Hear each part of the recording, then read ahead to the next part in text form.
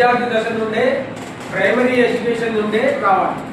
ముఖ్యంగా ప్రతి విద్యార్థి ఏం చేయాలంటే మన పాఠశాల ప్రార్థన సమయంలో ఖచ్చితంగా ప్రార్థనలో పాల్గొంటే పెద్దోళ్ళు చెప్తుంటారు. మన హెడ్ మాస్టర్ గారు కూడా కొన్ని విషయాలు చెప్తుంటాడు, క్రమశిక్షణ గురించి చెప్తుంటాడు, చదువు గురించి చెప్తుంటాడు, మంచి మంచి కొటేషన్స్ ఇస్తుంటారు. కాబట్టి ఏ ఒక్క విద్యార్థి కూడా ప్రేయర్ అటెండ్ కాకుండా ప్రేయర్కు గైర్హాజరు కావడానికి ప్లాన్ చేయొద్దు.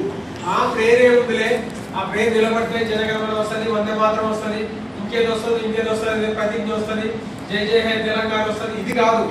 అవన్నీ కూడా ఏంటంటే మనలో ఒక మంచి భావాన్ని పెంచడానికి, మన దేశభక్తి పెరగడానికి, క్రమశిక్షణ పెరగడానికి, మనకు చదువు అంటే అసలు ఎక్కడి నుంచి మొదలవుతుంది అనే విషయాన్ని మనం అవగాహన చేసుకోవడానికి ప్రేయర్ అనేది చాలా ఇంపార్టెంట్ అయిన కార్యక్రమం.